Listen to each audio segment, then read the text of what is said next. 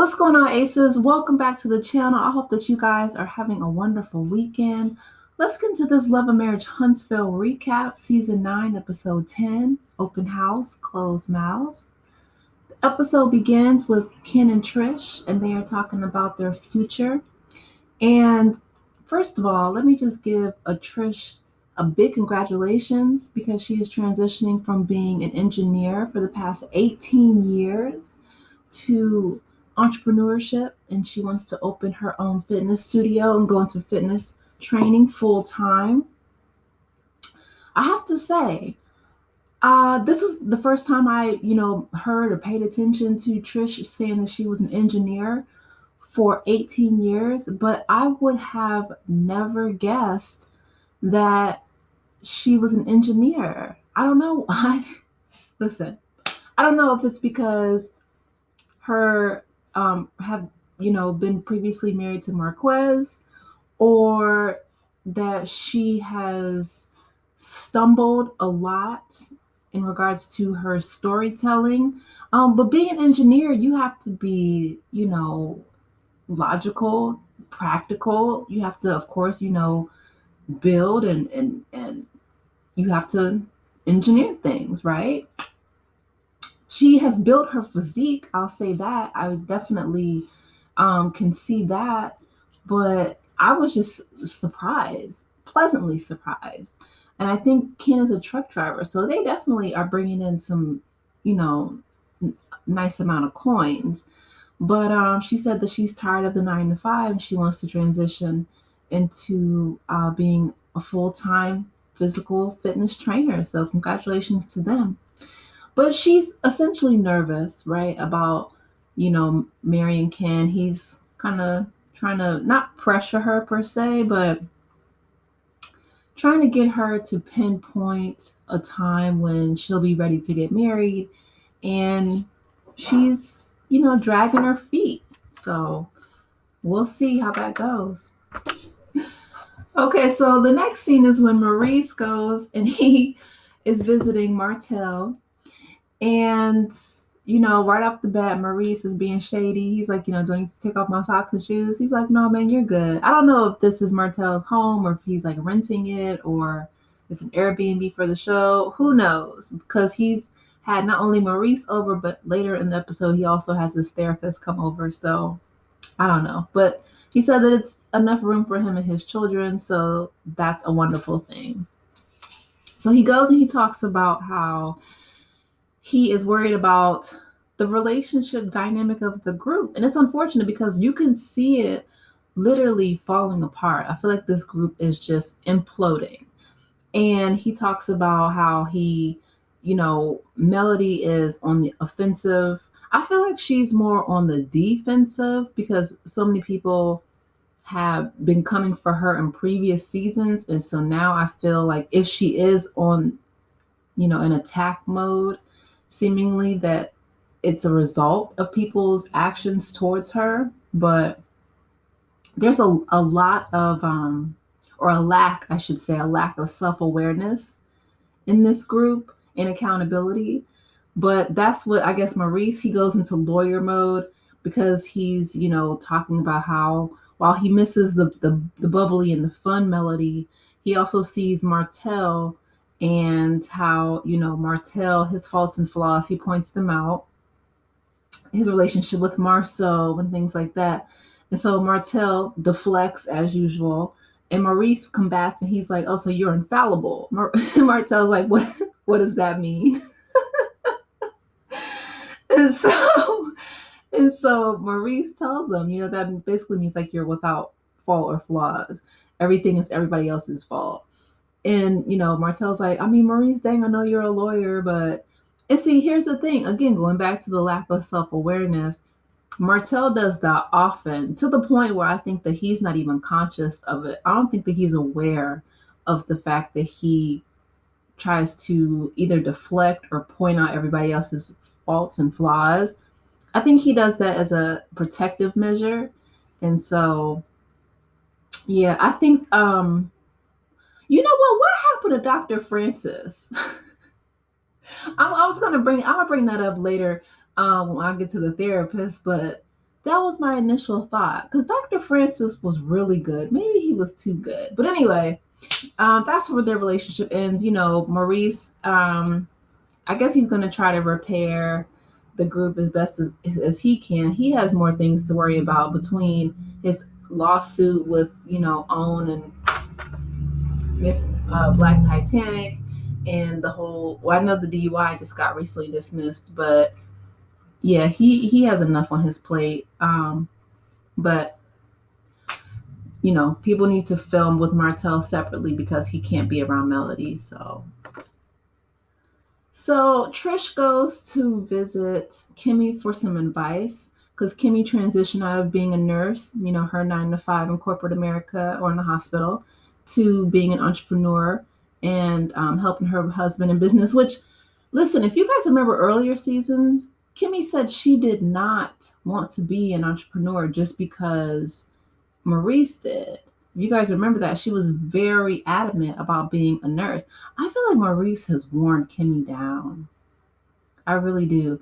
I feel like she has changed a lot over the past seasons. And maybe it was because, she was sick.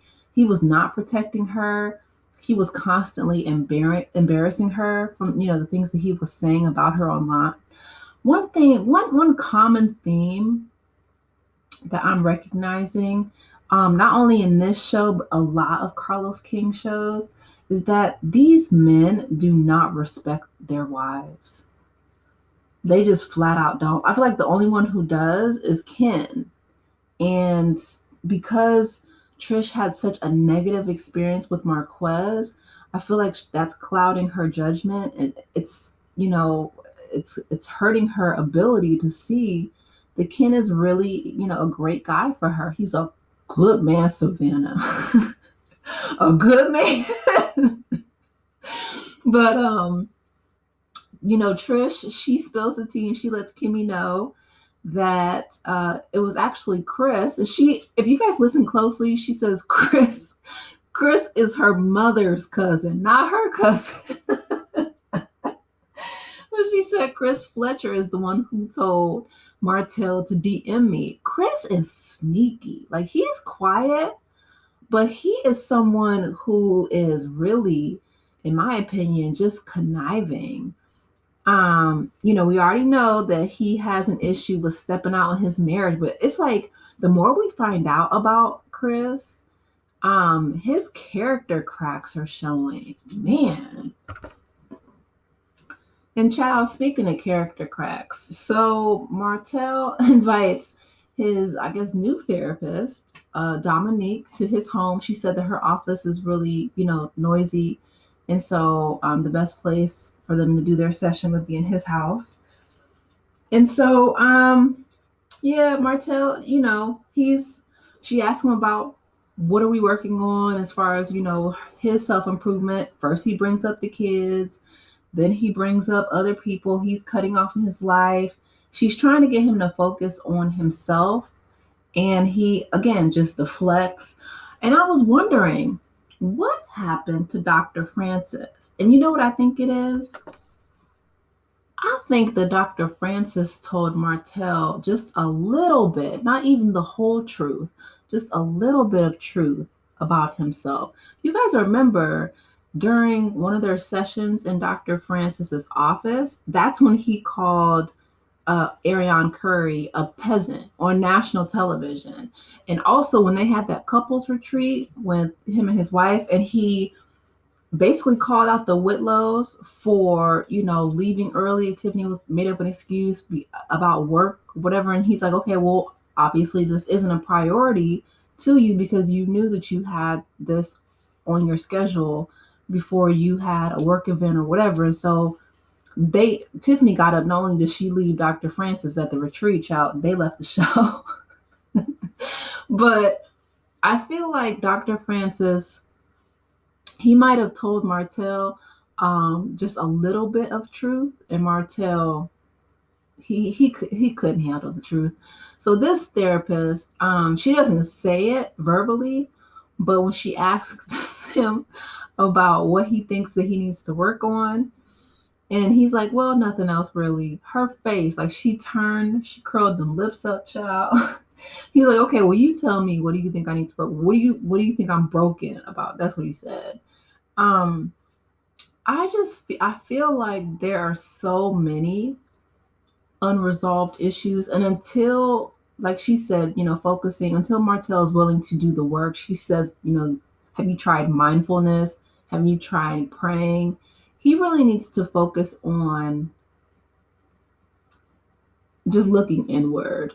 I'm glad that he's meeting with Dominique. I hope that she is able to stay long enough. I really wish, like I said, I really wish Dr. Francis was still there, because he is somebody, in my opinion, who very professionally called people to the carpet. He held them accountable, and they didn't like that. Like I said, Tiffany and Big Lou Whitlow left the retreat. They left the show. And I feel like Martell left him as well. Unfortunately, it's like the truth hurts, but that's where the healing in the behavioral change comes from. All I can say is I wish Dominique the best, because she definitely has her work cut out for her. And yes, child, prayer is needed for all of us. Speaking of prayer, so at the open house, right, they're talking about, the ladies are in one room and the men are outside. So the ladies are talking about the tea that Trish spilled earlier in regards to Fletch.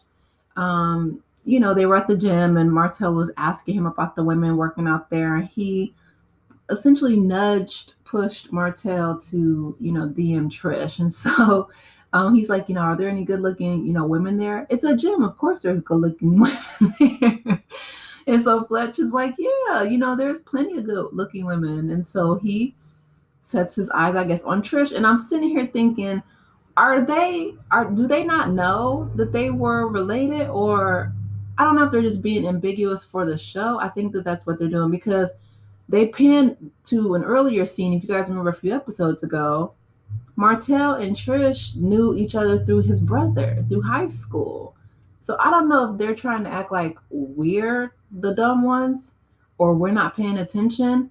Y'all, Huntsville ain't but that big. Huntsville is not a big city. And then when you take the black folks out of in Huntsville, right? It's even smaller. Not to mention that they're all on the show and they all grew up around the same area.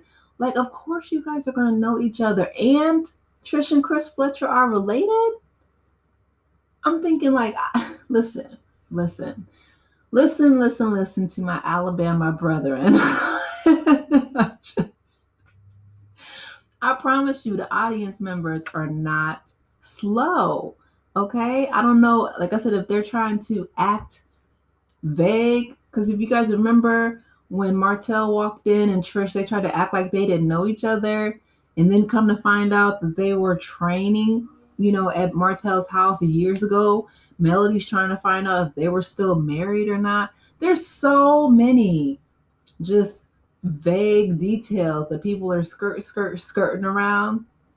So Nell tries to get to the bottom of it. She goes outside. She's like, excuse me, gentlemen, but Fletcher, you're needed inside here, because we need to find out if you're the one who told Martell to DM Trish, all those years ago. And so they're over there, Hen and Han and Martell sitting here with his hands open, like, what are y'all in here cackling, hens cackling about? And, y'all, that's evil stuff and blah, blah, blah. I really wish that people would just be truthful. I honestly do. Like, Chris, I don't know, you were trying to be messy or what, or you were just trying to hook your little cousin up with Martell because you knew that that's his character, who he was. Essentially, that's who you are. And I think the real issue is Melody and Martell. They are, they're, I don't want to say upset. I think Martell's upset. I don't know if Melody's upset, but they're not understanding that Nell Fletcher knows who her husband is. Tisha knows who Marsau is. And Kimmi knows who Maurice is. And they are not leaving these men. They're not. They know. Okay. And they're not like Melody. They are not going anywhere. And the men know it too. Anyway, you guys, let me know your thoughts. Please be sure to like the video, subscribe to the channel, and I will talk with you in the next one. Take care, Aces. Bye.